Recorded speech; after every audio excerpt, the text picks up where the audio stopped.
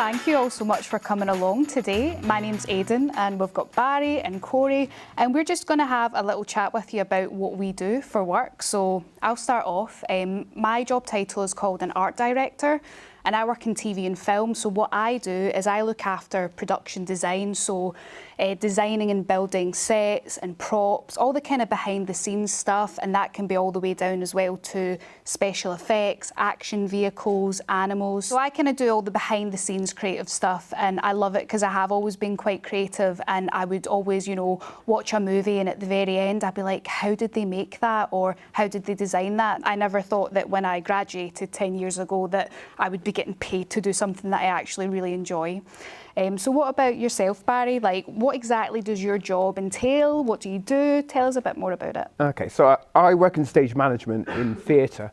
So I work backstage in theatre, and we're sort of in charge of sourcing props, furniture, dealing with actors, and sort of getting the set and everything ready for the performance. And then when the performance is on, we run the performance, so we make sure everything's correct, everything's going to time, everyone's there when they should be. If there's any problems, we solve it. And it's just something that I didn't really know existed when I was at school. I loved drama and I always wanted to be an actor. And I went to drama school and absolutely hated it, and then was like, oh, what else can I do? What else is there that involves drama and involves being part of that world? And then an apprenticeship came up at the Citizens Theatre in Glasgow to do stage management, and I thought, oh, I'll give that a go, and the rest is sort of history. And then I've been there ever since, and that's 15 years now. And yeah, just something that I really love. What about you, Corey? What do you do? So I'm a live sound engineer, so I work in musical theatre in general, live music, outside broadcasts, so like football games and sporting events, everything to do with microphones and what you hear, I take care of. Also work with companies where I put in systems, so hang PA systems in arenas and things like that as well for bands that are touring and things like that. I'm actually from Inverclyde. I went to Clydeview Academy, so I graduated 10 years ago, which is a bit of a frightening fact that I remember this morning. I'll be really honest, I didn't like school. I did well at school because I studied and I got the work done, but just school life wasn't for me. So when it was the end of 5th year and all my friends were getting really excited about going back for 6th year, and I was like, I'm not coming back. And my mum and dad were quite shocked and obviously not happy about it. They're like, but what do you want to do? And I'm like, it's okay, chill guys, I've got a plan. So I'd heard about the Conservatoire, and it used to be called the Royal Scottish Academy of Music and Drama. It's still the same place, because my uncle had went there like 5 or 10 years previously. I knew that there was a course that existed that would let me do a bit of prop making and construction, a bit of costume making, all the behind the scenes stuff for theatre. So I thought, right, I want to go and do that. So I didn't go back for 6th year because I had those qualifications by the end of 5th year. I went and worked in a fancy dress shop, and this was like before you could just jump onto Amazon and like buy like a Halloween costume. You would go to a shop and hire it, and I thought I wanted to do costumes, so I thought this is a really good way for a year for me just to get a bit of life experience. So I did that. I applied to the Conservatoire and I got in. So as my friends were leaving 6th year, I was going into my 1st year of uni. So I studied there for 3 years. I did everything for theatre, and then some ex-students came back and they needed a hand maybe with doing some little projects and props and whatnot, but it was for TV, and I had this light bulb moment. I was like, hold on, so you're telling me I could be doing this job, but I can be doing it for TV? You know, when you watch all the behind the scenes videos and the making of Harry Potter, it's like, okay, so this is a job. All those names that come up in the credits, these are all people. I didn't know anyone that worked in TV, so I just started doing some production runner jobs, and that's like an entry-level job at TV where you don't need to have any experience or qualifications. And then it was from there that I just worked my way into the art department, which is that department within a TV show who do all the sets. And I graduated in 2010, so that's been like 14 years, and I've not had to give up and get a real job, much to my dad's disappointment. I'm like, Dad, look at me now, this is a real job, it is possible. See, after your last year of school, how long, sort of like training-wise or courses-wise, did it take you to kind of get into the role you are now? I think it was about 1.5 years. I was like just searching. I had a couple of friends who I knew that were working in London who were doing like a couple of little theatre off sort of stuff, that sort of off West End stuff that I sort of helped out with. But I didn't really get back into that the apprenticeship, but it sits for another year and a half. It just came up, and I was like, I just need something, and just applied for that, really, to be honest with you. I started to apply for college courses and uni courses in production, thinking that that would be the right way to do it. My first interview was for the Royal Conservatoire of Scotland, and I got denied because I hadn't done anything, so I didn't get in straight off the bat. Went to West College Scotland in Paisley for 2 years, then went to RCS through that. While I was at West College Scotland, I started working at the Beacon down the road. Spent a lot of time there learning how everything in a theatre worked and how everything in the venue worked, and got to learn how that all kind of came together. I did HNC and HND at college, and then went to RCS, but I could have left HND and started working. I'd already started working at that point, so, but personally for me, that was a goal that I wanted to achieve, so I went and did it.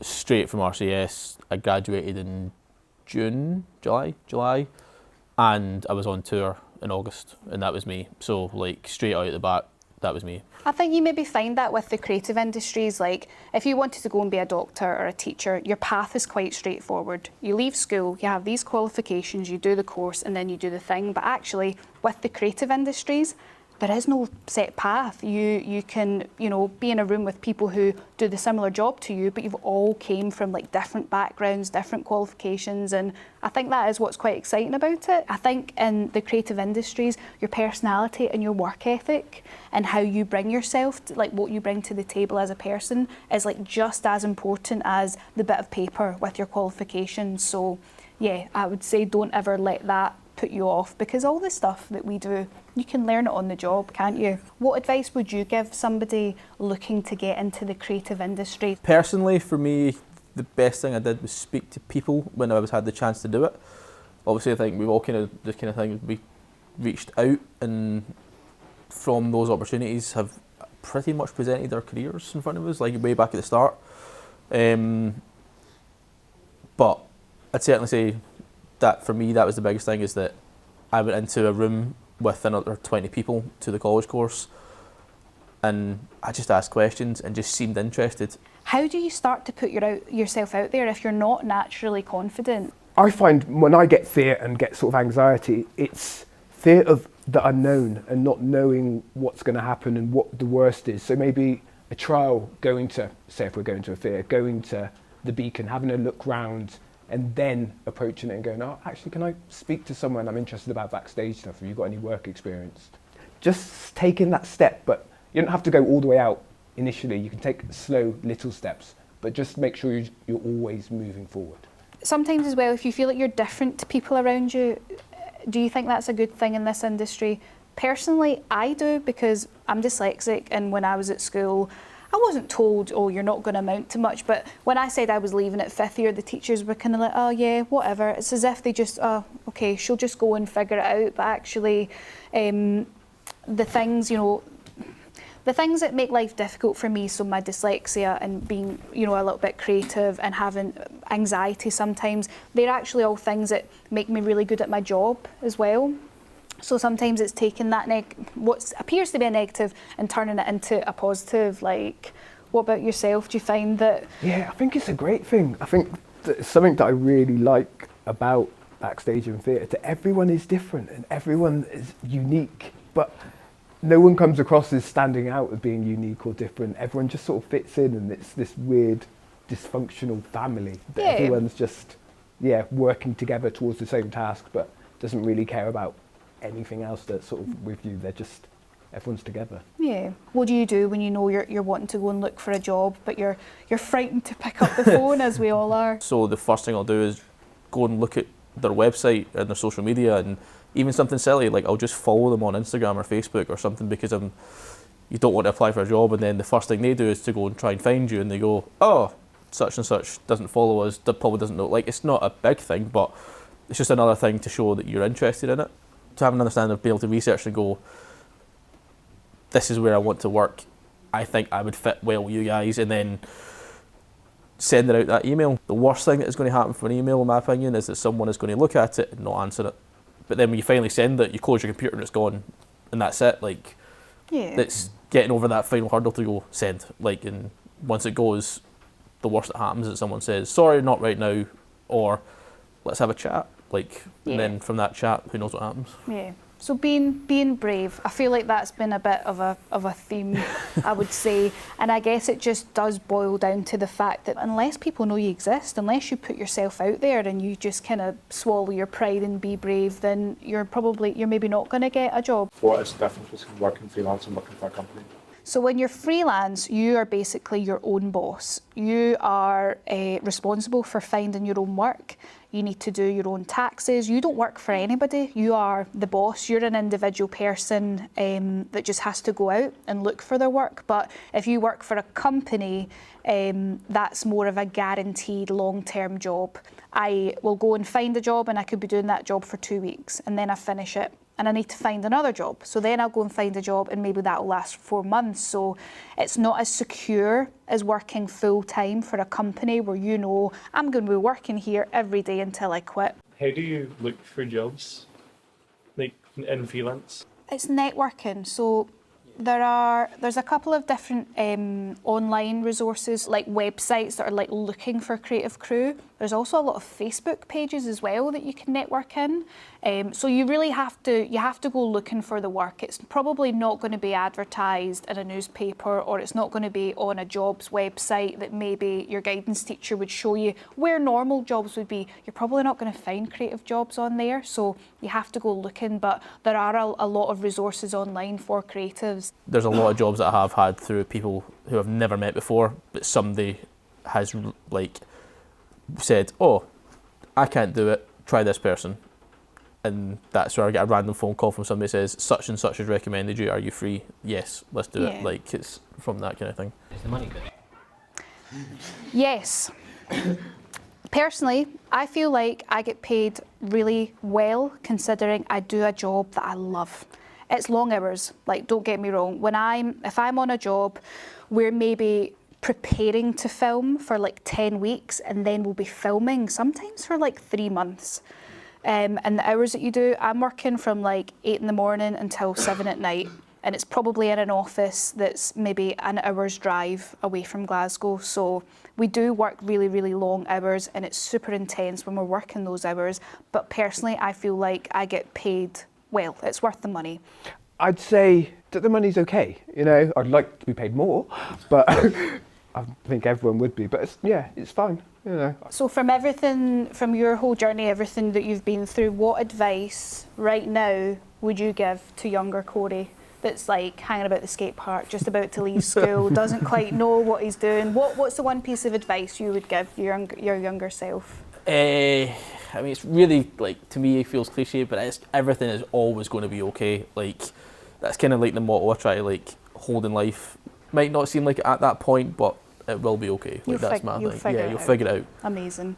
What about you, Barry? It's similar to Corey that everything's going to be okay, but to also enjoy the good times. I think lots of times that you just get absorbed by something's going wrong or I need to solve that problem. Just take a step back and go, yeah, no, this is good. This is something that I wanted to achieve and I've crossed that hurdle. I've done that. Let's enjoy it for a little bit and get to the next one. I probably will be saying this, like 50-year-old Ayden will be saying this to me right now, who's saying this to like 20-year-old Ayden, but don't compare your journey to anyone else's. Like, comparison is a thief of joy, and especially with everybody being in social media, it's so easy just to, you know, scroll through Instagram and TikTok and look at what everyone else is doing. You don't really know what's going on behind closed doors. You don't know what that person, what stage they're at in their journey, and maybe what troubles they've went through to get to that point. I'll go home tonight and I'll maybe look on Facebook and there's people who are working on a job right now that maybe I didn't get and I'll feel bummed about it, but let yourself have a little minute to feel like rubbish and then just continue on the path. Like, everybody is on their own journey in their career and their personal life, and everyone's doing it, you know, at different points. So yeah, I would say try not to compare. None of them knew exactly what they wanted to do before they got into the industry, and they had thoughts of what they wanted to do, but when they got there they thought, no, I don't like this, and they worked around it. But that was quite inspiring. Art, music, anything like that, that's what brings flavour to the world, you know. Without that, everything would just be monotonous. I think you don't really get like a proper grasp on what people do until you hear them come and talk about it. So some people just honestly have no idea, and it's better to hear from people in the position to like give you a bit of like courage to make a decision or start looking into it. It was really good to hear that the work industry can be so like dynamic and a lot of different roles can be in it. So it really gets me thinking on what I could do for when I think about going into the work industry. When I was younger, I would limit myself so much so that I didn't come across as unusual to other people. But the more I thought about it, that doesn't matter, that's irrelevant to your life. Just act how you want to and project the way you are onto what you do, and it'll be great.